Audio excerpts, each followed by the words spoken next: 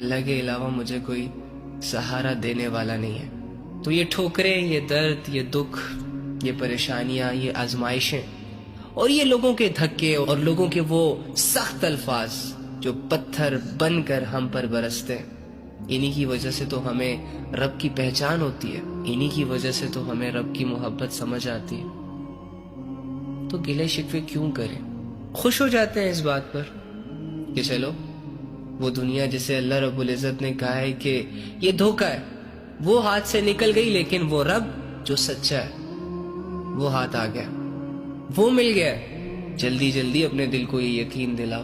کہ ہمارا اس دنیا میں اللہ کے علاوہ کوئی نہیں ہے. اور جب تمہارا دل اس بات کا یقین کر لے گا نا کہ تمہارا ایک رب ہے جو تمہیں سمجھتا ہے، جو تمہیں دیکھتا ہے، جو تمہارے ساتھ ہے، جو تمہارے ساتھ کھڑا رہتا ہے، جو تمہاری مدد کو آتا ہے، جہاں